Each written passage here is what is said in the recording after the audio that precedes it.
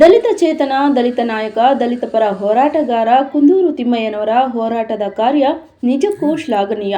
ಹೌದು, ಸತತವಾಗಿ 35 ವರ್ಷಗಳಿಂದ ದಲಿತ ಸಂಘರ್ಷ ಸಮಿತಿ ವೇದಿಕೆಯಿಂದ ದಲಿತ ಪರ ಹೋರಾಟಕ್ಕಿಳಿದ ಕುಂದೂರು ತಿಮ್ಮಯ್ಯ ಮಾದಿಗರಿಗೆ ಸಿಗಬೇಕಾದ ಒಳ ಮೀಸಲಾತಿ ಸಿಗಲೇಬೇಕೆಂದು ಹೋರಾಟ ಮಾಡಿದ ಧೀಮಂತ ನಾಯಕ ಎಂದರೆ ತಪ್ಪಾಗಲಾರದು.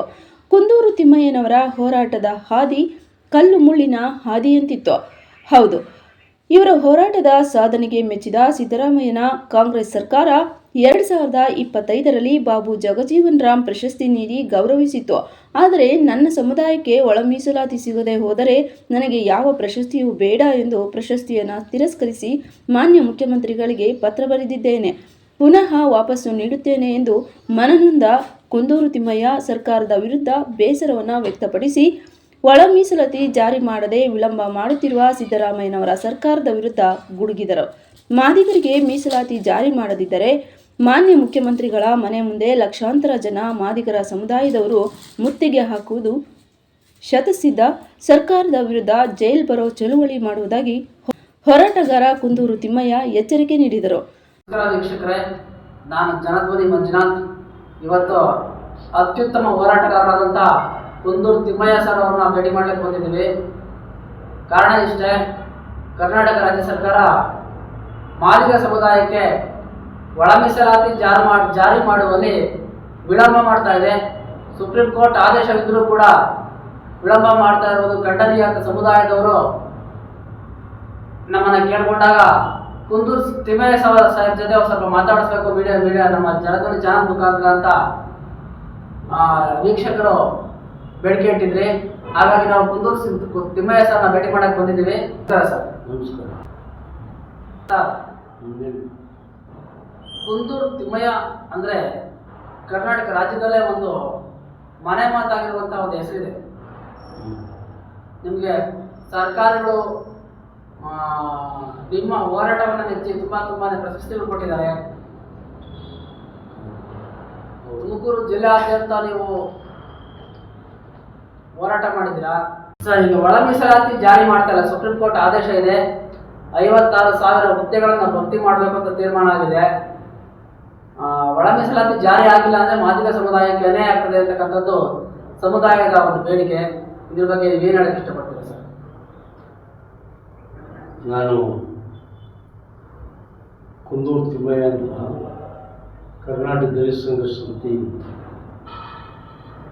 ಪ್ರೊಫೆಸರ್ ಬಿ ಕೃಷ್ಣಪ್ಪರ ನಾಯಕತ್ವದಲ್ಲಿ 77-78ರಲ್ಲಿ ಕಟ್ಟಿದಂಥ ಚಳವಳಿ ಒಳಗೆ 79ರಲ್ಲಿ ನಾನು ದಲಿತ ಸಂಘರ್ಷ ಸಮಿತಿ ಪ್ರೊಫೆಸರ್ ಬಿ ಕೃಷ್ಣಪ್ಪರ ನಾಯಕತ್ವದಲ್ಲಿ ದಲಿತ ಸಂಘರ್ಷ ಸಮಿತಿ ಒಳಗೆ ಪ್ರವೇಶ ಮಾಡಿದೆ. ಅಂದಿನಿಂದ ಇಲ್ಲಿವರೆಗೂ ಕರ್ನಾಟಕ ದಲಿತ ಸಂಘರ್ಷ ಸಮಿತಿ ದಲಿತ ಸಂಘರ್ಷ ಸಮಿತಿಯಲ್ಲಿ ಸಕ್ರಿಯವಾಗಿ ಈ ನಾಡಿನ ಉದ್ದಗಲಕ್ಕೂ ದಲಿತ ಸಂಘರ್ಷ ಸಮಿತಿಯ ಕಾರ್ಯಕ್ರಮಗಳು ಹೋರಾಟಗಳಲ್ಲಿ ಭಾಗಿಯಾಗಿದ್ದವು. ಉದಾಹರಣೆಗೆ ಚಂದ್ರಗುತ್ತಿ ಬೆತ್ತಲೆ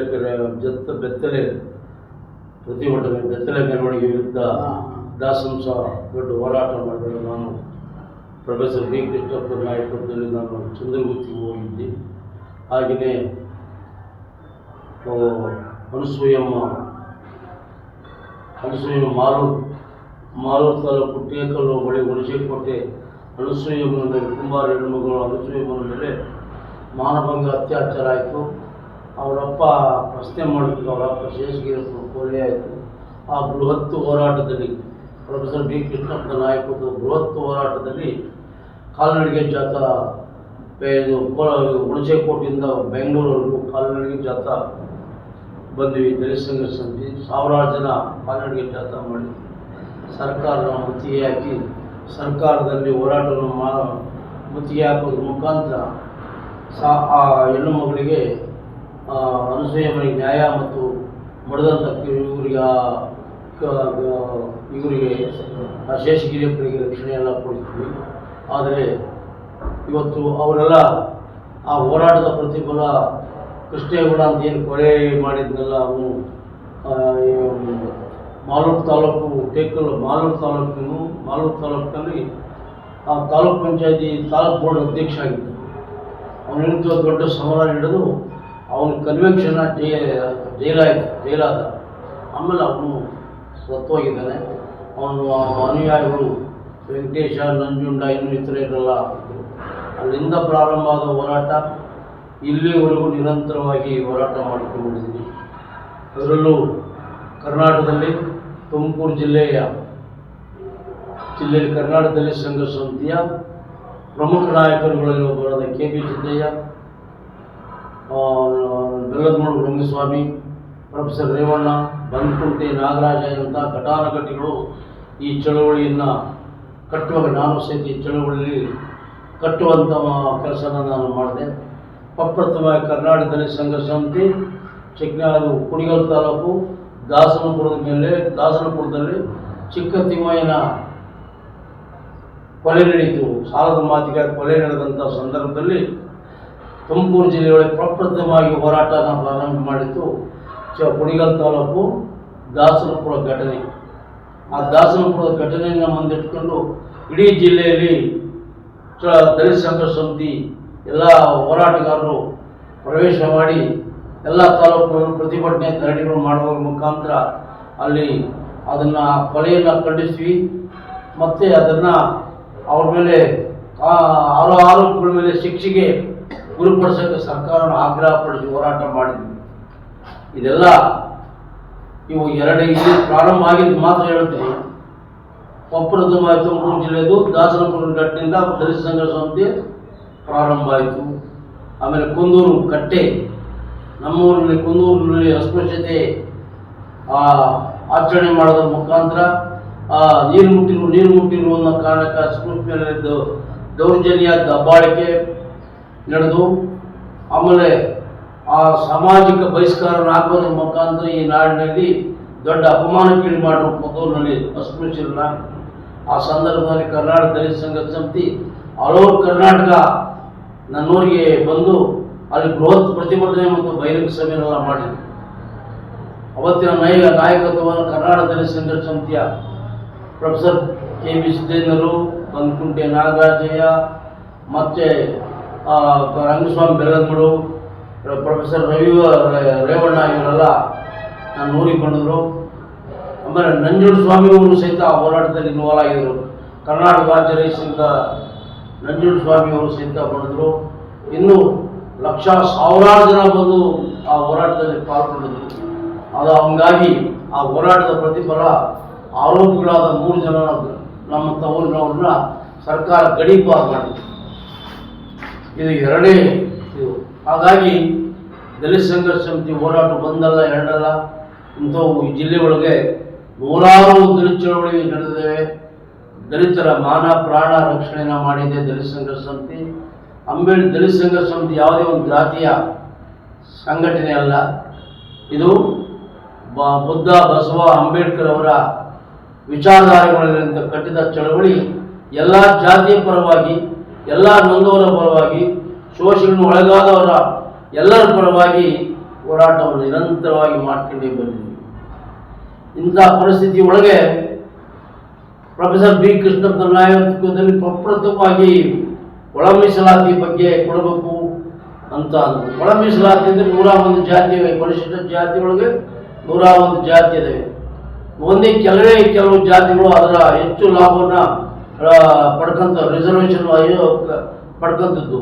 ಇನ್ನು 195 ಜನ ಜಾತಿಗಳಿಗೆ ಎಷ್ಟಿದ್ರು ಅವಕಾಶ ಇಲ್ಲಂಗಿಂತ ಪರಿಸ್ಥಿತಿ ಒಳಗೆ ಎಲ್ಲ ಜಾತಿಗೂ ಬಡವರಿಗೆ ಪರಿಶಿಷ್ಟ ಜಾತಿಗಳಂತ 101 ಜಾತಿಗೂ ಸಮಾನವಾದ ಅವಕಾಶ ಕೊಡಬೇಕು. ಸಮಾನವಾದ ಅವಕಾಶ ಕೊಡುವುದು ಜಾತಿ ಸಂಖ್ಯೆವಾರು, ಜನಸಂಖ್ಯೆವಾರು ಮೀಸಲಾತಿನ ಹಂಚಬೇಕು ಅನ್ನೋದನ್ನ ಮುಂದಿಟ್ಕೊಂಡು ನಾವು ಹೋರಾಟನ ಪ್ರಾರಂಭ ಮಾಡಿದ್ವಿ. ಅಲ್ಲಿಂದ ಇಲ್ಲಿವರೆಗೂ ನಿರಂತರ 35 ವರ್ಷಗಳು ಕಳೆದೋಗಿದೆ. 35 ವರ್ಷ ಕಳೆದರೂ ಸಹಿತ ಒಳ ಮೀಸಲಾತಿಯನ್ನು ಸರ್ಕಾರ, ಯಾವುದೇ ಸರ್ಕಾರ, ಅದು ಕಾಂಗ್ರೆಸ್, BJP, JDS ಯಾವುದೇ ಸರ್ಕಾರ ಬಂದರೂ ಅದನ್ನು ರಿಸರ್ವೇಷನ್ ಏನು ಕೊಡಬೇಕಾಯಿತು, ಒಳ ಮೀಸಲಾತಿ ಕೊಡಬೇಕಾಯಿತು, ಅದನ್ನು ಮಂಜೂರಾತಿ ಅವರು ಒಳ ಮೀಸಲಾತಿನ ಕೊಡಲಿಲ್ಲ. ಹಾಗಾಗಿ ಇವತ್ತು ನಾಡಿನ ಉದ್ದಗಲಕ್ಕೂ ಒಳ ಮೀಸಲಾತಿ ಪರವಾಗಿ ಕೊಡಲೇಬೇಕು ಅಂತ ಸರ್ಕಾರದ ವಿರುದ್ಧವಾಗಿ ದಿಟ್ಟವಾದ ಹೋರಾಟವನ್ನು ಮಾಡ್ತಾ ಇದೆ. ಪ್ರತಿಭಟನೆಗಳು ನಡೀತವೆ, ಧರಣಿಗಳು ನಡೀತವೆ, ಬಂಧುಗಳು ಆಯಾ ತಾಲೂಕುಗಳಲ್ಲಿ ಬಂಧುಗಳು ಮಾಡ್ತಾವ್ರೆ. ಹಾಗಾಗಿ ಕಾಲ್ನಡಿಗೆ ಜಾಥಾ ಮಾಡ್ತಾರೆ. ಸರ್ಕಾರಕ್ಕೆ ಮೇಲೆ ಒತ್ತಾಯ ತಂದು ಸರ್ಕಾರದ ಕಚೇರಿ ಮೇಲೆ ಅಥವಾ CM ಕಚೇರಿ ಮನೆ ಮುಂದೆ ಧರಣಿ ಸಹಿತ ಮಾಡಿದ್ದೀವಿ. ಇಷ್ಟೆಲ್ಲ ಹೋರಾಟ ಮಾಡುವ ಸಹಿತ ಆಳುವ ಸರ್ಕಾರ ಇದುವರೆಗಾಗಿ ಒಳ ಮೀಸಲಾತಿನ ಜಾರಿ ಮಾಡಲಿಲ್ಲ. ಕೊನೆಗೆ ಕೋರ್ಟ್ಗೆ ಹೋಗಿ ಕೋರ್ಟ್ ಮುಖಾಂತರ ಸುಪ್ರೀಂ ಕೋರ್ಟ್ ಹೋದ ಮೇಲೆ ಕೋರ್ಟ್ ಆದೇಶ ಮಾಡಿತು ಇದನ್ನು ಕೂಡಲೇ ಜಾರಿ ಮಾಡಿ ಅಂತ. ಅದಕ್ಕೆ ಮುಂಚೆ ಈಗೇನು ಜಾರಿ ಮಾಡಿ ಅಂದಾಗ ನಾಗಮೋಹನ್ ದಾಸ್ ಆಯೋಗನ ರಚನೆ ಮಾಡಿದ್ರು ಸರ್ಕಾರ. ಅದಕ್ಕೆ ಮುಂಚೆ ಸದಾಶಿವ ಆಯೋಗನ ರಚನೆ ಮಾಡಿದ್ರು. ಅವರು ವರದಿ ಕೊಟ್ಟಾಗ ಅದನ್ನು ಚಿಪಿಗೆ ಹಾಕಿರೋ. ಈಗ ಎರಡನೇ ಬಾರಿ ನಾಗಮೋಹನ್ ದಾಸ್ ವರದಿ ಕೊಟ್ಟ ಮೇಲೆ ಅದು ಕೋರ್ಟಿನಲ್ಲಿ ಹೋಗಿ ಅದು ಕೋರ್ಟ್ಗೆ ಆದೇಶ ಆಯಿತು, ನಿರ್ದೇಶನ ಆಯಿತು ಕೊಡಬೇಕು ಅಂತ. ಹಾಗಾಗಿ ಜಾತಿವಾರು ಜನಸಂಖ್ಯೆವಾರು ಎಲ್ಲ 101 ಜಾತಿ ಕೊಡಬೇಕು, ಎಲ್ಲರಿಗೂ ನ್ಯಾಯ ಸಿಗಬೇಕು. ಆದರೆ ಜನಸಂಖ್ಯೆವಾರು ಕೊಡಬೇಕು. ಇಲ್ಲೇನಾಯಿತು, 1, 2, 3 ಜಾತಿ ಇಡೀ ರಿಸರ್ವೇಷನ್ ಹೆಚ್ಚು ಬೆಳ್ಕೊಂಡ್ಬಿಟ್ಟಿದೆ. ಹಾಗಾಗಿ ಇದರಲ್ಲಿ ಏನು ಪರಿಶಿಷ್ಟ ಜಾತಿ ವಲಯ, ಮಾದಿಗ, ಕೊರ್ಮ, ಕೊರ್ಚ, ಒಡ್ಡ, ಲಂಬಾಣಿ, ಬೋವಿ ಈ ಥರ 101 ಜಾತಿ, ಆ 101 ಅಲೆಮಾರಿಗಳು ಇವ್ರಿಗೆಲ್ಲರಿಗೂ ಒಳ ಮೀಸಲಾತಿ ಜಾತಿವಾರು ಜನಸಂಖ್ಯೆ ಮೇಲೆ ಹಂಚೋದ್ರ ಮುಖಾಂತರ, ಅದರಲ್ಲಿ ಒಳ ಮೀಸಲಾತಿಯನ್ನು ಕೊಡೋದ್ರ ಮುಖಾಂತರ ಜನಸಂಖ್ಯೆಗಳು ಒಳಗಾಗಿ ಕೊಟ್ಟಾಗ ಆ ಸಮಾಜಗಳು ಮುಂದೆ ಬರ್ತವೆ, ಆ ಸಮಾಜಗಳು ಬದುಕನ್ನು ಕಟ್ತವೆ, ಆ ಮಕ್ಕಳಿಗೆ ಭವಿಷ್ಯ ರೂಪಿಸೋಕ್ಕೆ ಸಾಧ್ಯ ಆಗುತ್ತೆ. ಇಲ್ಲದೆ ಹೋದರೆ ಒಳ ಮೀಸಲಾತಿನ ಜಾರಿ ಸರ್ಕಾರ ಮಾಡದೆ ಹೋದರೆ ಪರಿಸ್ಥಿತಿ ಏನಾಗುತ್ತೆ ಅಂತಂದರೆ, ಉಳ್ಳುವವನು ತಿಂತಾನೆ, ಕೈಲಾಗದನು ತಿನ್ನಕ್ಕಾಗಲ್ಲ. ಅದಕ್ಕೆ ಹಸ್ತಿರನಿಗೆ ಅನ್ನ ಕೊಡ್ತಾ ಇಲ್ಲ, ತಿಂದವನಿಗೆ ಅನ್ನ ಕೊಡುವಂಥ ಕೆಲಸನ ಈ ಸರ್ಕಾರಗಳು ಮಾಡ್ತಾರೆ.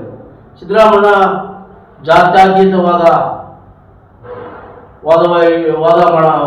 ಜಾತ್ಯತೀತವಾದಿಗಳು, ಪಕ್ಕ ಅಂಬೇಡ್ಕರ್ವಾದಿಗಳು, ಸಾಮಾಜಿಕ ನ್ಯಾಯದ ಅಧಿಕಾರ ಆ ಹೆಸರನ್ನು ಪಡೆದಂಥ ಸಿದ್ದರಾಮಯ್ಯ ಇವತ್ತು ನಾವು 35 ವರ್ಷ ಹೋರಾಟ ಮಾಡಿದ್ರು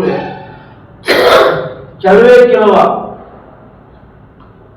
ರಾಜಕೀಯ ಅಧಿಕಾರಸ್ಥರ ಮಾತಿಗೆ ಮನ್ನಣೆ ಕೊಟ್ಟು ಈ ಒಳ ಮೀಸಲಾತಿಯನ್ನು ಸಿದ್ದರಾಮಯ್ಯ ಮುಖ್ಯಮಂತ್ರಿ ಮಾಡ್ತಾ ಇಲ್ಲ. ಯಾಕಂದ್ರೆ ಸಿದ್ದರಾಮಯ್ಯನವರು ಒಳ ಮೀಸಲಾತಿರಂತ ಕೆಲವು ಜಾತಿ ಅಧಿಕಾರಸ್ಥರ ಮಾತು ಕೇಳಿಕೊಂಡು ಜಾರಿ ಮಾಡದೇ ಇರೋದು ಇಡೀ ಪರಿಶಿಷ್ಟ ಜಾತಿಗೆ ಮಾಡಿದಂಥ ಅಪಮಾನ. ಅದನ್ನು ನಾವು ದಲಿತ ಸಂಘರ್ಷ ಉಗ್ರವಾಗಿ ಖಂಡಿಸ್ತೀವಿ. ಇವತ್ತು ಸಹಿತ ನಾಡಿನಾದ್ಯಂತ ಬಿರುಸಾದ ಹೋರಾಟಗಳು ನಡೀತಾ ಇದೆ. ನಾಳೆ 12ನೇ ತಾರೀಕು ಇಡೀ ರಾಜ್ಯಾದ್ಯಂತ ಬೃಹತ್ ಪ್ರತಿಭಟನೆಯನ್ನು ಫ್ರೀಡಂ ಪಾರ್ಕ್ನಲ್ಲಿ ಮಾಡಿದ್ವಿ. ಫ್ರೀಡಂ ಪಾರ್ಕ್ನಲ್ಲಿ ಪ್ರತಿಭಟನಾ ಮೆರವಣಿಗೆ ಮತ್ತು ದೊಡ್ಡ ಹೋರಾಟನ ಹಮ್ಮಿಕೊಂಡಿದ್ದೀವಿ. ನಾಡಿನ ಉದ್ದಗಲಕ್ಕೂ ಅಲ್ಲಿ ಬರ್ತಾ ಇದ್ದಾರೆ ಜನ. ನಾವು ಇದರಿಂದ ಯಾವಾಗ ಒಳ ಮೀಸಲಾತಿನ ಕೊಡೋ ವಿಚಾರದಲ್ಲಿ ಸರ್ಕಾರ ನಿರ್ಲಕ್ಷ್ಯತೆ ತೋರಿರುವುದು, ಬೇಜವಾಬ್ದಾರಿ ತರದು, ಉಳ್ಳವರ ಪರವಾಗಿ ನಿಂತುಕೊಂಡಾಗ ಅನಿವಾರ್ಯವಾಗಿ ನಾವು ಹೋರಾಟವನ್ನು ಮಾಡಲೇಬೇಕಾಗಿದೆ. ಆ ಕಾರಣಕ್ಕಾಗಿ ಸರ್ಕಾರ ನಾವು ಈಗ ಸರ್ಕಾರದ ಬಂಡಾಯ ಮಾಡಿದ್ದೀವಿ. ವೈಯಕ್ತಿಕವಾಗಿ ಸರ್ಕಾರ ನನ್ನ ಕರ್ನಾಟಕ ದಲಿತ ಸಂಘರ್ಷ ಸಮಿತಿ ಹೋರಾಟಗಾರರು, ಇವರು ದೊಡ್ಡ ಹೋರಾಟಗಾರರು ಅಂತ ಹೇಳಿ ಸರ್ಕಾರ ನನ್ನ ಗುರುಸಿ ನನಗೆ ಜಗಜೀವನ್ ರಾಮ್ ಪ್ರಶಸ್ತಿಯನ್ನು 2023ರಲ್ಲಿ ಪ್ರದಾನ ಮಾಡಿದ್ದಾರೆ. ಅವಾಗ ಯಾರು ಮುಖ್ಯಮಂತ್ರಿ ಇದ್ರು ಸರ್? ಪ್ರದಾನ ಮಾಡಿದ ಮುಖ್ಯಮಂತ್ರಿ ಸಿದ್ದರಾಮಯ್ಯರೇ. ಅವರು ನನಗೆ ವಿಧಾನಸೌಧದಲ್ಲಿ ಈ ಥರ ಹೋರಾಟಗಾರರನ್ನ ಅಭಿನಂದಿಸಿ ಸನ್ಮಾನ ಮಾಡಿ ಪ್ರಶಸ್ತಿ ಪತ್ರ ಕೊಟ್ಟರು. ಇಷ್ಟೆಲ್ಲ ಕೊಟ್ಟರು. ಆ ಪ್ರಶಸ್ತಿ ಪತ್ರಕ್ಕೆ ನಮಗೆ ಇವತ್ತು ತಿರಸ್ಕಾರ ಬಂದಿದೆ. ಯಾಕೆಂದರೆ ನಮ್ಗೆ ನಿಜವಾದ ಬೇಕಾಗಿದ್ದು ಒಳ ಮೀಸಲಾತಿ. ಆ ಒಳ ಮೀಸಲಾತಿಯನ್ನು ಕೊಡೋದು ನಮ್ಮ ಪ್ರಶಸ್ತಿ ಕಟ್ಟಿಗೆ ನಮಗೆ ಏನಾಗಬೇಕಾಗಿತ್ತು? ಪ್ರಶಸ್ತಿ ಬೇಕಾಗಿಲ್ಲ. ಇಡೀ ಸಮುದಾಯಗಳು ತೊಂದರೆ ದುಸ್ಥಿತಿಲಿದ್ದಾಗ ಆ ಪ್ರಶಸ್ತಿಯನ್ನು ತಗೊಂಡು ನಾವು ಮುಡಿಗೆ ಹೊತ್ಕೊಂಡು ಕುಡಿಯುವಂಥದ್ದು ಏನು ಅವಶ್ಯಕತೆ ಇರಲ್ಲ. ಅದರಿಂದ ಪ್ರಶಸ್ತಿಯನ್ನು ನಾನು ತಿರಸ್ಕಾರ ಮಾಡಿ ಸರ್ಕಾರಕ್ಕೆ ಮುಖ್ಯಮಂತ್ರಿಗಳಿಗೆ ಒಂದು ಪತ್ರವನ್ನು ಸಹಿತ ಬಹಿರಂಗ ಪತ್ರವನ್ನು ಬರೆದಿದ್ದೆ. ನಿಮ್ಮ ಸರ್ಕಾರದಲ್ಲಿ ನಾವು 35 ವರ್ಷದಿಂದ ಹೋರಾಟ ಮಾಡ್ತಾ ಇದ್ರು ಸಹಿತ ನೀವು ಇದುವರೆಗೆ ಒಳ ಮೀಸಲಾತಿ ಜಾರಿ ಮಾಡಿಲ್ಲ. ಅದರಲ್ಲೂ ಮಾದಿಗರಿಗೆ ಬಹಳ ಅನ್ಯಾಯ ಆಗಿದೆ, ಅಲೆಮಾರಿಗಳಿಗೆ ಅನ್ಯಾಯ ಆಗಿದೆ, ಅಲೆಮಾರಿ ಜಾತಿಗಳಿದ್ದಾರೆ ಅವ್ರಿಗೆ ಅನ್ಯಾಯ ಆಗಿದೆ, ಅವ್ರಿಗೆ ಜಾತಿವಾರು ಮೀಸಲಾತಿ ಹಂಚಿಕೆ ಆಗಬೇಕು, ನಿಮ್ಮ ನಿರ್ಲಕ್ಷ್ಯದಿಂದ ಇಷ್ಟೆಲ್ಲ ಆಗಿದೆ ಅಂತೇಳಿ ನಾನು ಬೇಸತ್ತು ಸರ್ಕಾರಕ್ಕೆ ಅವ್ರು ಕೊಟ್ಟಂಥ ಏನು ರಾಜ್ಯ ಪ್ರಶಸ್ತಿ ಇದೆಯಾ, ಏನು ಪದೇ ಇದೆ ಅದನ್ನು ತಿರಸ್ಕರಿಸಿ ಅದನ್ನು ವಾಪಸ್ ಮಾಡ್ತಾ ಇದ್ದೀವಿ. ಅದರ ಉದ್ದೇಶ ಒಳ ಮೀಸಲಾತಿ ಜಾರಿಯಾಗಲಿಲ್ಲದೆ ನಮ್ಮ ಉದ್ದೇಶ. ಮಾನ್ಯ ಮುಖ್ಯಮಂತ್ರಿಗಳಿಗೆ ನೀವು ಪತ್ರ ಬರೆದಿದ್ದೀರಾ ಅಂತ ಕೇಳ್ಪಟ್ಟೆ. ನಿಮಗೆ ಪ್ರಶಸ್ತಿ ನಾನು ವಾಪಸ್ ಮಾಡ್ತಾ ಇದ್ದೀನಿ. ಸಮುದಾಯಕ್ಕೆ ಉಪಯೋಗ ಆಗದೆ ಇರ್ತಕ್ಕಂಥ ಪ್ರಶಸ್ತಿ ನನಗೆ ಬೇಡ, ನಾನು ತಿರಸ್ಕಾರ ಮಾಡಿ ನಿಮಗೆ ವಾಪಸ್ ಅನ್ನಿಸ್ತಾ ಇದ್ದೀನಿ ಅಂತ ನೀವು ಪತ್ರ ಬರೆದಿದ್ದೀರಾ ಅಂತ ಕೇಳ್ಪಟ್ಟೆ. ಅದ್ರ ಬಗ್ಗೆ ಏನು ಹೇಳ್ತೀರಾ ಸರ್? ಪತ್ರ ಬರೆದಿದ್ದೀನಿ. ಅದ್ರ ಸಂಬಂಧಪಟ್ಟಂಗೆ ಏನವರು ಪ್ರಶಸ್ತಿ ಕೊಟ್ಟಿದ್ರೆ ಅದನ್ನು ಸರ್ಕಾರಕ್ಕೆ ವಾಪಸ್ ಕೊಡ್ತಾ ಇದ್ದೀನಿ. ಪ್ರಶಸ್ತಿನ ವಾಪಸ್ ಕೊಡ್ತಾ ಇದ್ದೀನಿ. ಯಾವಾಗಲೇ ಏನು 12ನೇ ತಾರೀಕು ಫಿಕ್ಸ್ ಆಗಿತ್ತು, 12ನೇ ತಾರೀಕು ಏನು ತೀರ್ಮಾನ ಆಗುತ್ತೆ ನೋಡ್ಕೊಂಡು ಪ್ರಶಸ್ತಿನ ವಾಪಸ್ ತಗೊಂಡೋಗ್ಕೊಡ್ಬೇಕು ಅಂತ ಭಾಳ ಜನ ಗೆಳೆಯರೆಲ್ಲ ಮಾತಾಡಿದ್ದೀವಿ.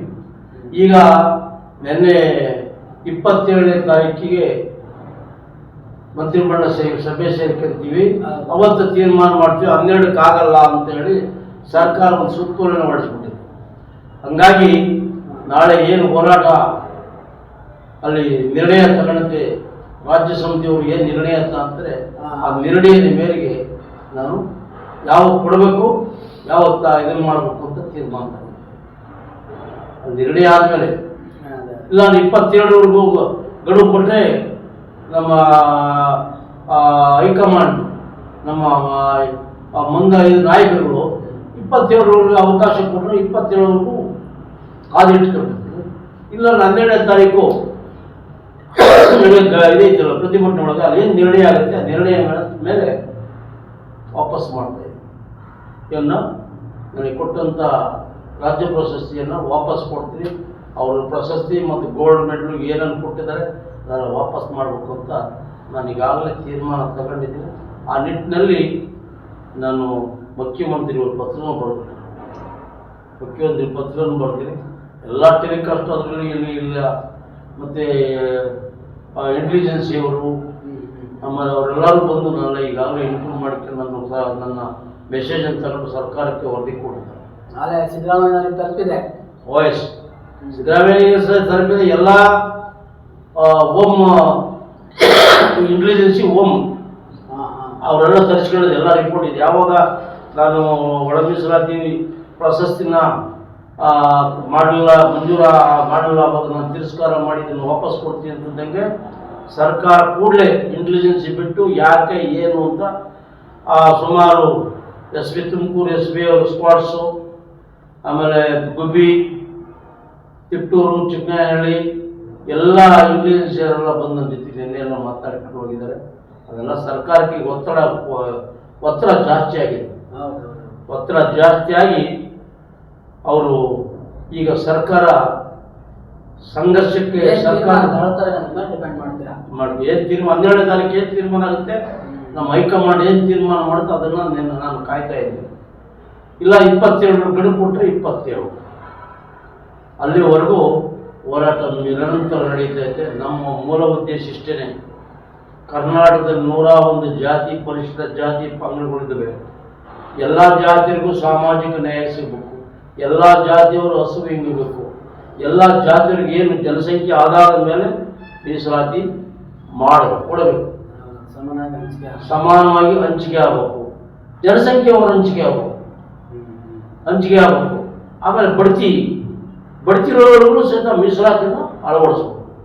ಏನು ಬಡ್ತಿ ಕೊಡ್ತಾವೆ ಅದು ಒಂದೇ ಒಂದು ಕೂಗ್ತಾ ಇರುತ್ತೆ. ಆ ಬಡ್ತಿ ಒಳಗೂ ಮೀಸಲಾತಿ ಕೊಡು. ಹಾಗಾಗಿ ದಲಿತ ಸಂಘರ್ಷ ಸಮಿತಿಯಿಂದ ಹಿಡಿದು ಆದಿಜಾಂಬವ ಸಂಘ, ಮಾದಾರ ಸಂಘ, ಇನ್ನು ಏನಿದೆ ಇದ್ದೇವೆ. ಈಗ ಪರಿಶಿಷ್ಟ ಜಾತಿ, ಪರಿಶಿಷ್ಟ ಪಂಗಡ ಎಲ್ಲ ಜಾತಿಯವರು ಒಟ್ಟು ಹೋರಾಟ, ಒಳ ಮೀಸಲಾತಿ, ಜನಸಂಖ್ಯೆ ಅವ್ರ ಹಂಚಿಕೆ ಆಗಬೇಕು, ಸಂಖ್ಯೆ ಅವ್ರ ಹಂಚಿಕೆ ಆಗಬೇಕು ಅಂತ ಒತ್ತಾಯಿಸಿ ನಾಗಮೋಹನ್ ದಾಸ್ ವರದಿನ ಯಥಾವತ್ತ ಇದು ಜಾರಿ ಮಾಡಬೇಕು ಅಂತೇಳಿ ನಾವು ಒತ್ತಾಯ ಮಾಡ್ತೀವಿ. ಸರ್, ಸದ್ಯದ ಪರಿಸ್ಥಿತಿಯಲ್ಲಿ ಹೋರಾಟದ ಹಾದಿ ಕಲ್ಲು ಮುಳ್ಳಿನ ಮೇಲೆ, ಬೆಂಕಿ ಕೆಂಡದ ಮೇಲೆ ನಡ್ಕೊಂಡು ರೀತಿ ಇರ್ತದೆ. ನಿಮ್ಮ ಹೋರಾಟದ ಚಳುವಳಿಯಲ್ಲಿ ಕಷ್ಟದ ದಿನಗಳು, ಬಂಧನಕ್ಕೆ ಒಳಗಾದಂತಹ ದಿನಗಳು ಯಾವ ರೀತಿ ಇತ್ತು ಅಂತಕ್ಕಂಥದ್ದನ್ನ ಹಂಚ್ಕೊಬೋದ ಚಾನಲ್ ಮುಖಾಂತರ? ನಾನು 2-3 ಬಾರಿ ಬಂಧನಕ್ಕೊಳಗಾಗಿದ್ದೀನಿ ಈ ರಾಜ್ಯದಲ್ಲಿ. ಒಂದು ಹುಣಸೇಕೋಟೆ ಅನಸೂಯಮ್ಮನ ಪ್ರಕರಣದಲ್ಲಿ ಬಂಧನಕ್ಕೊಳಗಾಗಿದ್ದೀನಿ. ಇನ್ನೊಂದು ಚಂಡೂರು ಪ್ರಕರಣದಲ್ಲಿ ಬಂಧನಕ್ಕೊಳಗಾಗಿದ್ದೀನಿ. ಕುಂದೂರು ಹೋರಾಟದಲ್ಲಿ ಬಂಧನಕ್ಕೊಳಗಾಗಿದ್ದೀನಿ. ಆಮೇಲೆ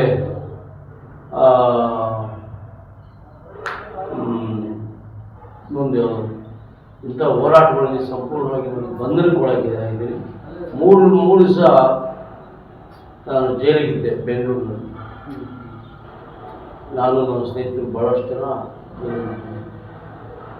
ಅದು ಜೈಲು ವಾಸ ಅನುಭವಿಸಿದ್ವಿ. ಮತ್ತು ಲಾಠಿ ಚಾರ್ಜು ಇವೆಲ್ಲ ಅವು ಅನೇಕ ಸರಿ ಆಗಿದೆ. ನಮಗೆ ಲಾಠಿ ಏಟ್ಗಳು ಸಿಕ್ಕಾಬಿಟ್ಟೆ ಬಂದಿವೆ. ಸೊ ನಾವೇನು ಗಲಾಟೆ ಘರ್ಷಣೆ ಆದಾಗ, ಸಂಘರ್ಷ ಮಾಡಿದಾಗ, ಗಲಾಟೆಗಳು ಆದಾಗ ಲಾಠಿ ಚಾರ್ಜ್ ಮಾಡೋ ಅನಿವಾರ್ಯವಾಗಿ ಹೊಡ್ತಾ. ಆದರೆ ಇನ್ನು ಮುಂದೆ ನಾವು ಧರಣಿನ ಮಾಡೋದ್ರ ಮುಖಾಂತರ ಸರ್ಕಾರನ ಎಚ್ಚರಿಸ್ತೀವಿ, ಪ್ರತಿಭಟನೆ ಮಾಡೋದ್ರ ಮುಖಾಂತರ ಸರ್ಕಾರ ನಮ್ಮ ಮೀಸಲಾತಿಗಳಿಂದ ಎಚ್ಚರಿಸ್ತೀವಿ. ಆಮೇಲೆ ಬೀದಿ ಕಾಳಗ ಮಾಡಿದ್ದೀವಿ. ಆಮೇಲೆ ಅವ್ರ ವಿರುದ್ಧವಾಗಿ ನಗರ ಬಂದ್ ಮಾಡಿದ್ದೀವಿ. ಇಡೀ ಜಿಲ್ಲೆಗಳಲ್ಲಿ ಬಂದ್ ಮಾಡಿದ್ದೀವಿ. ಏನೆಲ್ಲ ಮಾಡಿದ್ದೀವಿ, ಪ್ರತಿಭಟನೆ, ಧರಣಿ, ಬಂದು ಕಾಲ್ನಡಿಗೆ ಜಾಥಾ ಎಲ್ಲಾದ್ರೂ ಮಾಡಿ ಸರ್ಕಾರಕ್ಕೆ ಒತ್ತಡ ತಂದಿದ್ದೀವಿ. ಇದುವರೆಗಾಗಿ ಸರ್ಕಾರ ಆ ನಿಟ್ಟಿನಲ್ಲಿ ತೀರ್ಮಾನ ತಗೊಂಡಿಲ್ಲ. ಇದು ತುಂಬಾ ಬೇಸರ ಸಂಗತಿ. ಆ ಕಾರಣಕ್ಕಾಗಿ ಮುಂದಿನ ದಿನಗಳಲ್ಲಿ ನನ್ನ ಅಭಿಪ್ರಾಯ, ನಾನು ರಾಜ್ಯ ಸಮಿತಿಯವ್ರ ಜೊತೆ ಮಾತಾಡ್ತೀನಿ. ನಾವು ಇನ್ನು ಮುಂದೆ ಕಾನೂನು ಮುರಿಯುವ ಚಳವಳಿ ಮಾಡ್ತೀವಿ. ಇನ್ನು ಮುಂದೆ ಪ್ರತಿಭಟನೆ, ಧರಣಿ, ಮತ್ತೊಂದು ಇದನ್ನ ನಾವು ಮಾಡಲ್ಲ.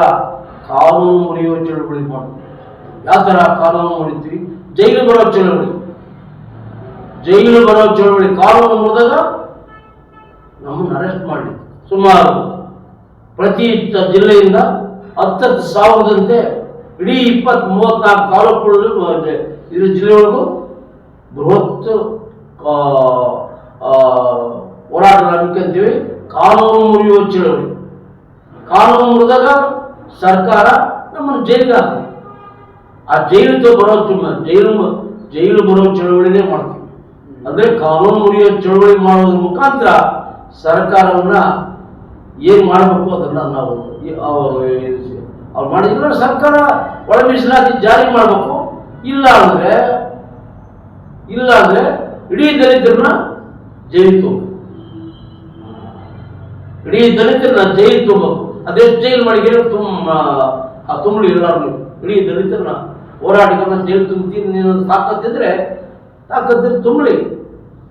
ಅಂತ ಒಂದು ಹೋರಾಟವನ್ನ, ಜೈಲು ಬರುವ ಚಳವಳಿಯನ್ನ ಮಾಡ್ತೀವಿ. ನಾವು ಕಾನೂನು ಮುರಿಯುವ ಚಳವಳಿ ಮಾಡ್ತೀವಿ. ದೊಡ್ಡ ಹೋರಾಟ ಮಾಡೋದ್ರ ಮುಖಾಂತರ ಸರ್ಕಾರವನ್ನ, ಅಧಿಕಾರ ಇದ್ದ ಸರ್ಕಾರಕ್ಕೆ ಏನ್ ಮಾಡಬೇಕು ಅದನ್ನ ಮಾಡ್ತೀವಿ. ಮತ್ತೆ ಈ ಸರ್ಕಾರ ಒಳ ಮೀಸಲಾತಿನ ಜಾರಿ ಮಾಡಿದ ಸರ್ಕಾರವನ್ನು ಯಾವುದೇ ಕಾರಣದಲ್ಲೂ ರಾಜಕಾರಣ ಮಾಡಕ್ಕೆ ಬಿಡಲ್ಲ. ಆ ಸರ್ಕಾರವನ್ನು ನಾವು ಕೆಡುತ್ತೀವಿ. ಈಗ ನಾನು ಈಗ ಎಲ್ಲ ಹೋರಾಟಗಳು ಮುಗಿದೋಗಿ 35 ವರ್ಷಗಳಲ್ಲಿ ಪ್ರತಿಭಟನೆಗಳಾಗಿವೆ, ಧರಣಿಗಳಾಗಿವೆ, ಕಾಲ್ನಡಿಗೆ ಜಾಥಾ ಆಗಿದ್ದಾವೆ, ಆಮೇಲೆ ಪಿಕೆಟಿಂಗ್ ಆಗಿದ್ದಾವೆ, ಆಮೇಲೆ ಕಾಲ್ನಡಿಗೆ ಜಾಥಾ ಆಗಿದೆ. ಇಷ್ಟೆಲ್ಲ ಹೋರಾಟ ಮಾಡ್ಕೊಂಡು ಇನ್ಮೇಲೆ ನಮ್ಮ ಹೋರಾಟವನ್ನ ಬದಲಾಯಿಸ್ತೀವಿ. ಅದು ಯಾವ ಥರ ಅಂದರೆ ಅದನ್ನು ಕಾನೂನು ಮುರಿಯುವ ಚಳವಳಿ ಅಂತಾರೆ. ಅದನ್ನು ಕಾನೂನು ಮುರಿದು ನಾವೆಲ್ಲ ಮಾಡಿದಾಗ ಸಾವಿರಾರು ಜನ ರೈತರು ದಲಿತರು ಜೈಲು ತುಂಬ ಚಳವಳಿಯನ್ನು ಮಾಡಬೇಕು ಅಂತ ತೀರ್ಮಾನ. ಜೈಲು ತುಂಬ್ತೀವಿ, ಇಲ್ಲ ಸರ್ಕಾರ ದಮ್ಮಿದ್ರೆ ನಮ್ಮನ್ನೆಲ್ಲ ಅರೆಸ್ಟ್ ಮಾಡಿ ಜೈಲಿಗೆ ಹಾಕ್ತೀವಿ.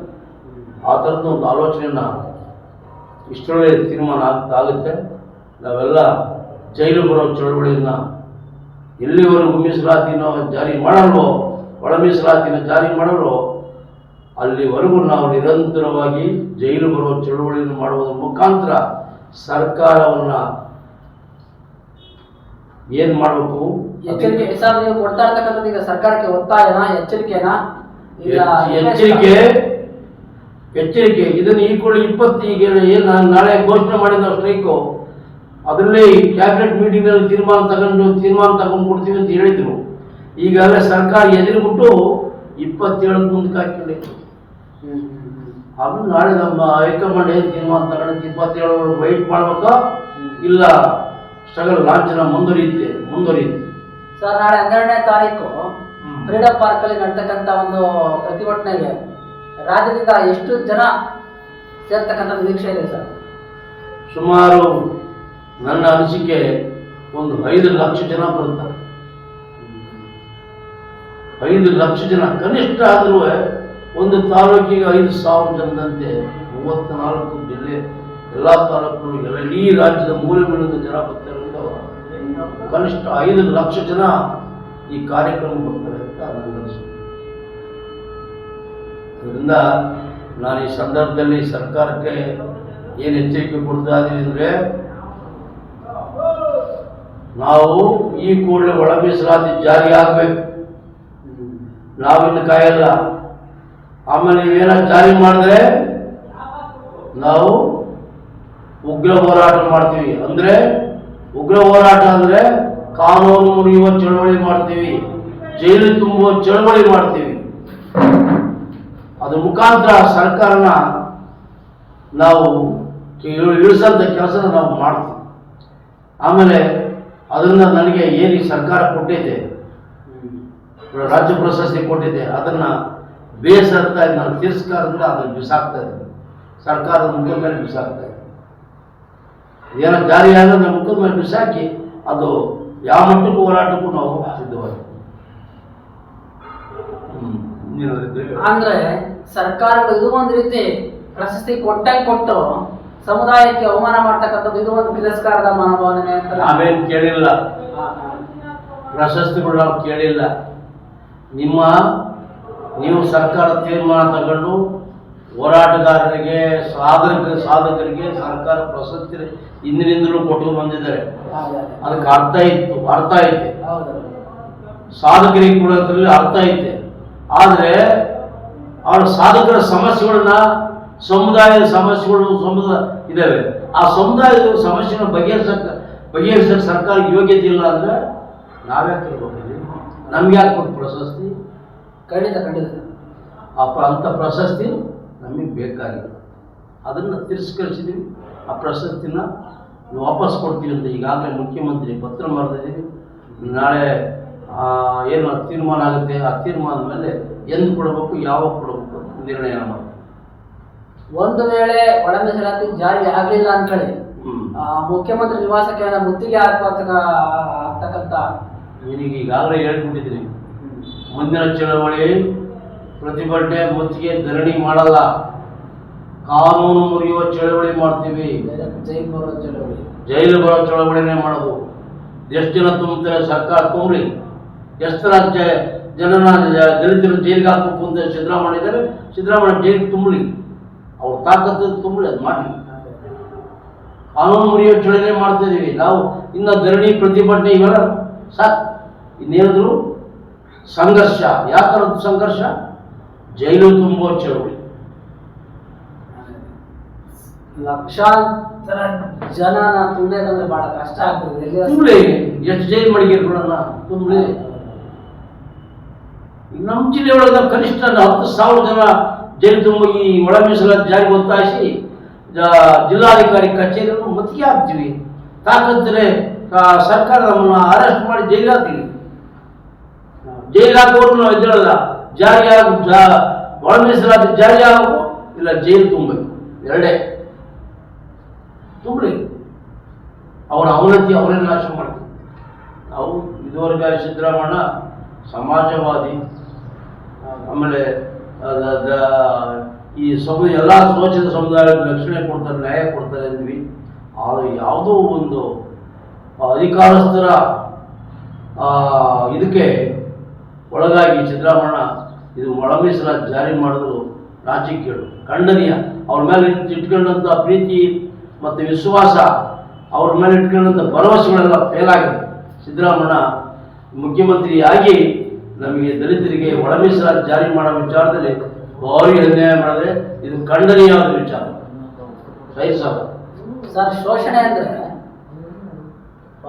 ಮೇಲ್ಜಾತಿ ವರ್ಗದವರು ದಲಿತರನ್ನ ತುಳಿತಕ್ಕಂಥದ್ದೇ ಶೋಷಣೆ ಅಂತ ಹೇಳ್ತಾರೆ. ನಾನೊಂದು ಪತ್ರಿಕೆ ಸಂಪಾದಕನಾಗಿ ಬಲಿತ ದಲಿತರು ಬಲಿಯದ ದಲಿತರನ್ನ ತುಳಿಯುವುದೇ ಶೋಷಣೆ ಅಂತ ನಾನು ಹೇಳಲಿಕ್ಕೆ ಇಷ್ಟಪಡ್ತೀನಿ. ನೀವೇನು ಹೇಳ್ತೀರಿ?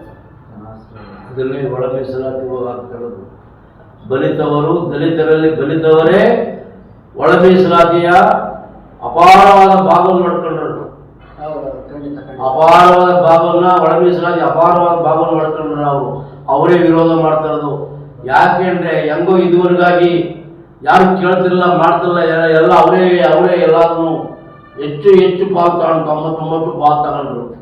ಈಗ ನಾವು ಪ್ರಶ್ನೆ ಮಾಡ್ತಾ ಇದೀವಿ, ಎಲ್ಲರೂ ಹಂಚಿ ಒಳ ಮೀಸಲಾತಿ ಎಲ್ಲರಿಗೂ ಜನಸಂಖ್ಯೆಯವರು ಹಂಚಿ ಅದ್ರ ಮುಖಾಂತರ ಒಳ ಮೀಸಲಾತಿ ಜಾರಿಯಾಗೋದ್ರ ಮುಖಾಂತರ ತುಳಿದುಕೊಳ್ಳೋದಾದ್ರೆ ಮೇಲಕ್ಕೆ ಸಾಧ್ಯ ಆಗುತ್ತೆ ಅಂತ ಅಂದಾಗ ಈ ಪಟ್ಟಭದ್ರ ಹಿತಾಸಕ್ತಿಗಳು ಕೆಲವು ಜನ ಇದನ್ನು ವಿರೋಧಿಸ್ತಾರೆ. ಒಳ ಮೀಸಲಾತಿ ಜಾರಿ ಮಾಡಿದಂಗೆ ಅದ್ರ ಕುತ್ತಿಗೆನಿಸುತ್ತಾರೆ.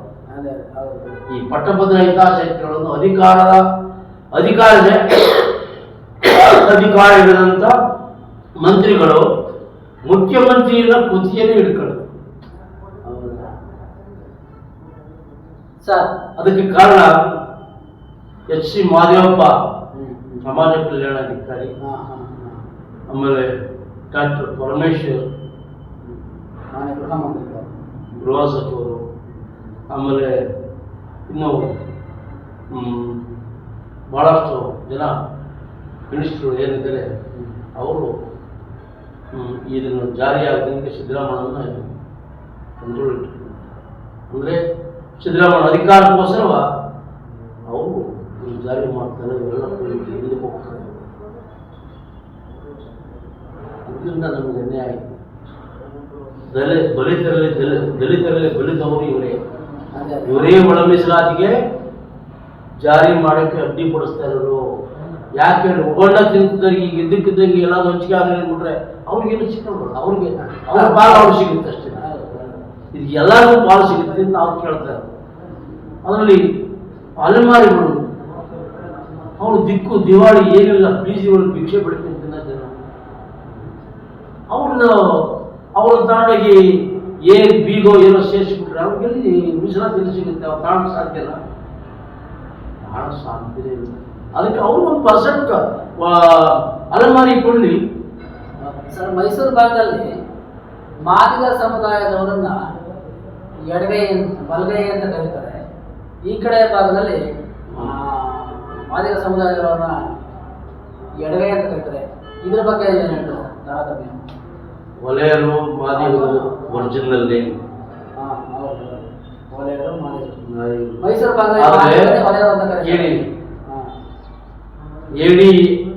ಏಡಿ ಅಂತ ಒಂದು ಆದಿ ದ್ರಾವಿಡ ಆದಿ ಕರ್ನಾಟಕ ಅಂತ ಅದು ಒಂದಿದು. ಮೈಸೂರು, ಮಂಡ್ಯ, ಹಾಸನ, ಚಿಕ್ಕಮಗಳೂರು ಇವೇನು ಜಿಲ್ಲೆ ಇದ್ದಾವೆ, ಇಲ್ಲಿ ಬಹುಸಂಖ್ಯಾತರು ಒಲೆಯರು. ಅಲ್ಲಿ ಆದಿ ಕರ್ನಾಟಕ ಅಂತ ಇವತ್ತಿನ ರಾಜ ಮಹಾರಾಜರ ಕಾಲದಲ್ಲೇ ಆಗಿದೆ, ಅದು ಆದಿ ಕರ್ನಾಟಕರಾಗಿದ್ದಾರೆ. ಆದಿ ದ್ರಾವಿಡರು ಅಲ್ಲಿ ಮಾದಿಗರಾಗಿದ್ದಾರೆ. ಅಂದ್ರೆ ಆ ರೀತಿ ಬಂದಾಗ ಒಳ ಮೀಸಲಾತಿಯಲ್ಲಿ ಸಮನಾಗಿ ಹಂಚಿದ್ರು ಕೂಡ ತಾರತಮ್ಯ ಆಗುತ್ತಲ್ಲ, ಇದಕ್ಕೆ ಇಲ್ಲ. ಈಗ ನಾಗಮೋಹನ್ ದಾಸ್ ಅದಕ್ಕೆ ನಾವು ಹೇಳ್ತಾ ಇರೋದು, ನಾಗಮೋಹನ್ ದಾಸ್ ವರದಿ ಸಂಪೂರ್ಣವಾಗಿ ಅದು ಪರ್ಫೆಕ್ಟ್ ಆಗಿದೆ, ವೈಜ್ಞಾನಿಕ ಪರ್ಫೆಕ್ಟ್ ಆಗಿದೆ. ನಾಗಮೋಹನ್ ದಾಸ್ ವರದಿನ ಜಾರಿ ಮಾಡಿದ್ರು. ಹೌದೇ ಇಲ್ವಾ? ಹೌದು ಸರ್.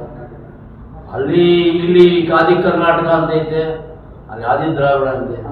ಅದಕ್ಕಾಗಿನೇ ಸರ್ವೆ ಮಾಡಿಸಿದೆ ಸರ್ಕಾರ. ಆ ಸರ್ವೆ ಒಳಗೆ ವಲಯ ಅಂತ ಮಾಡಿದೆ.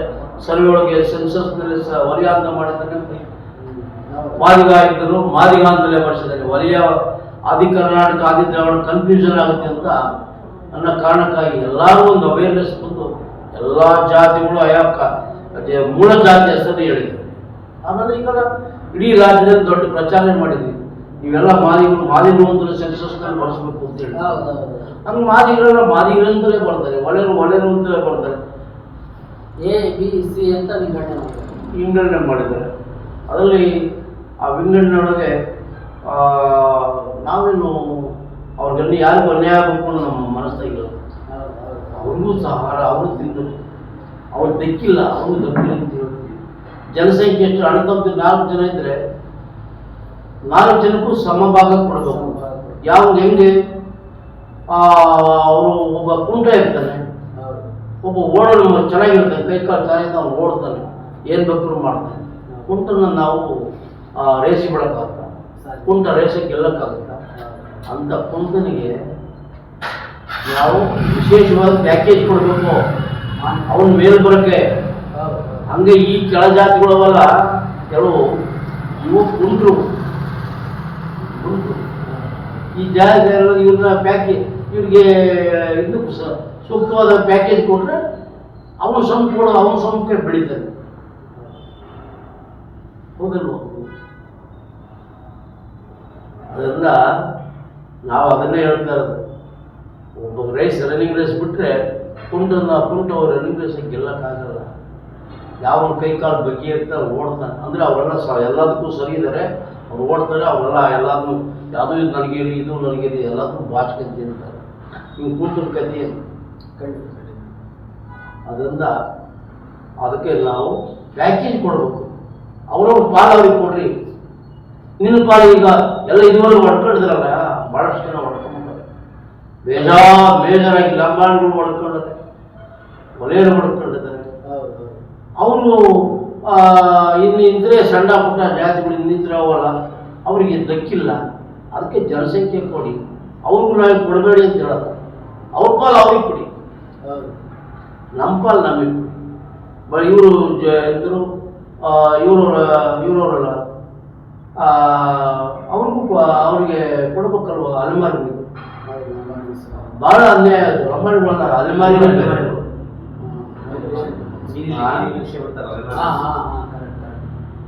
ಅವರು ಲಂಬಾಣಿಗಳು ಅವರು ಅಸ್ಪೃಶ್ಯರಲ್ಲ. ಅಂದ್ರೆ ಅದರಲ್ಲಿ ಟಚಬಲ್ಸ್ ಅನ್ಟಚಬಲ್ಸ್ ಅಂತ ಹೌದು, 2 ಬರ್ತದೆ. ಹೌದು, ಸ್ಪರ್ಶ ಮತ್ತೆ ಅಸ್ಪರ್ಶ. ಹೌದು. ಅದರಲ್ಲಿ ಸ್ಪರ್ಶ ಜಾತಿ ಒಳಗೆ, ಅಸ್ಪೃಶ್ಯರ ಜಾತಿ ಒಳಗೆ ವಲಯ ಮಾದಿಗರಲ್ಲಿ ಅಸ್ಪೃಶ್ಯರು ಸಮಾಜದಿಂದ ಕಳಂಕಿತ ಮಾಡಿ ಅವ್ರನ್ನ ಸಮಾಜದಿಂದ ಇದು ಮಾಡೋದು ಇವು. ಇತರೆ ಲಂಬಾಣಿ, ವಡ್ಡ, ಕೊರ್ಮ, ಪಕ್ಷ, ಪುಷ್ಯ ಜಾತಿ ಅವರಿಗೆ ಸಾಮಾಜಿಕ, ಅವರಿಗೆ ಸಮಾನತೆ ಇದೆ. ಉತ್ತರ ಕರ್ನಾಟಕ ಭಾಗದಲ್ಲಿ ಒಬ್ಬ ಏನು ಗೊತ್ತಿದೆ ಇರ್ತಕ್ಕಂಥ ಒಬ್ಬ ರೈತಾಪಿ ವರ್ಗ ಒಬ್ಬ ವೃದ್ಧ ಹೇಳ್ತಾನೆ, ಒಳ ಮೀಸಲಾತಿ ಜಾರಿ ಆಗಲಿಲ್ಲ ಅಂತ ಪಕ್ಷದಲ್ಲಿ ನಮಗೆ ಜಾತಿನೇ ಬೇಡ, ತೆಗೆದುಬಿಡಿ. ಒಳ ಮೀಸಲಾತಿ ಅನ್ನೋದು ಜಾರಿ ಮಾಡಲಿಲ್ಲ ಅಂದ್ರೆ ನಮಗೆ ಜಾತಿನೇ ಬೇಡ, ನಾವು ಮನುಷ್ಯತ್ವ ಇರ್ತಕ್ಕಂಥ ಮಾನವರಾಗಿ ಬದುಕ್ತೀವಿ, ಜಾತಿನೇ ತೆಗೆದುಬಿಡಿ ಅಂತ ಹೇಳ್ತಾನೆ. ಅದೆಲ್ಲ ಹೇಳಕ್ಕಷ್ಟೇ ಇರುತ್ತೆ, ಅದೆಲ್ಲ ಆಗಲ್ಲ, ಹೇಳಕ್ಕಷ್ಟೇ.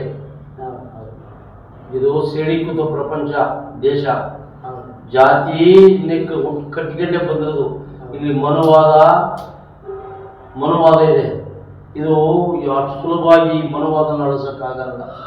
ನಮಗೆ ಬೇಕಾಗಿಲ್ಲ. ನಾವೀಗ ಜಾತಿಯನ್ನು ಯಾರು ಕಟ್ಟಿಗೆ ಕುಡಿತಾ ಇಲ್ಲ, ಆದರೆ ಜಾತಿಯನ್ನು ಹೋಗಲ್ಲ.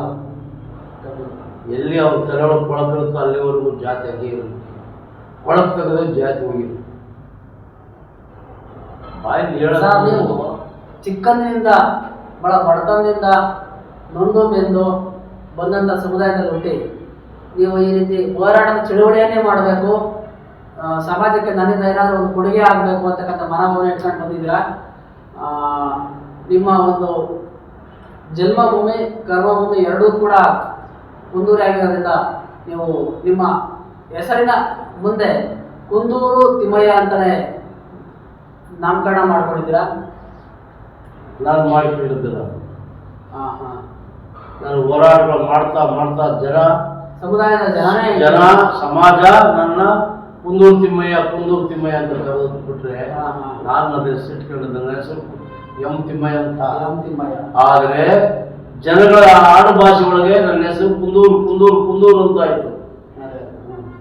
ಕುಂದೂರು ತಿಮ್ಮಯ್ಯ ಅಂತ ಹೇಳಿದ್ರೆ ಗೊತ್ತಾಗೋದು ಈ ನಾಡಿಗೆ, ಪ್ರಜ್ಞಾವಂತರಿಗೆ, ಮತ್ತೊಬ್ಬರಿಗೆ. ತಿಮ್ಮಯ್ಯ ಅಂದ್ರೆ ಯಾರು ಗೊತ್ತಿಲ್ಲ ಅಂತ. ಕುಂದೂರು ಅಂತ ತಕ್ಷಣ ಕುಂದೂರು ತಿಮ್ಮಯ್ಯ ಗೊತ್ತಾ ನಿಮಗೆ ಅಂತ. ಹಾಗಾಗಿ ಸಮಾಜ ನನ್ನ ಹೆಸರನ್ನ ಕರೆದಿರೋದು. ಸಮಾಜದ ಮನಸ್ಸಿನಲ್ಲಿ ನಾನು ಕುಂದೂರು ತಿಮ್ಮಯ್ಯ ಇರುವುದಿಲ್ಲ. ವಿದ್ಯಾಭ್ಯಾಸ ಕೇಳೋದ್ರೆ ನಂದು SLC ಆಗಿದೆ ಅಷ್ಟೇ. ಅವರು PUC ಫೇಲ್ ಆಗಿದೆ, SLC ಆಗಿದೆ. ಆದರೆ ನನ್ನ ಈ ಮಟ್ಟಕ್ಕೆ ಬರೋಕ್ಕೆ ಕಾರಣ ದಲಿತ ಸಂಘರ್ಷ. ನಾನು ಮನುಷ್ಯನಾಗಿರೋಕ್ಕೆ ದಲಿತ ಸಂಘರ್ಷ ಕಾರಣ. ಸರ್, ನಿಮ್ಮ ಹೋರಾಟದ ಈಗ ಗುರುವಿಗೆ ಗುಲಾಮ ಆಗನಾಗ ತನಕ ಗುರುವಿನ ಮುಟ್ಟ ತಿಳಿಯಕ್ಕಾಗಲ್ಲ ಅಂತ ಹೇಳ್ತಾರೆ. ನೀವು ದಲಿತ ಹೋರಾಟ ಚಳವಳಿಯಲ್ಲಿ ನಿಮಗೆ ಮಾರ್ಗದರ್ಶಕರು ಮತ್ತೆ ಗುರುಗಳು ಯಾರು ಸರ್?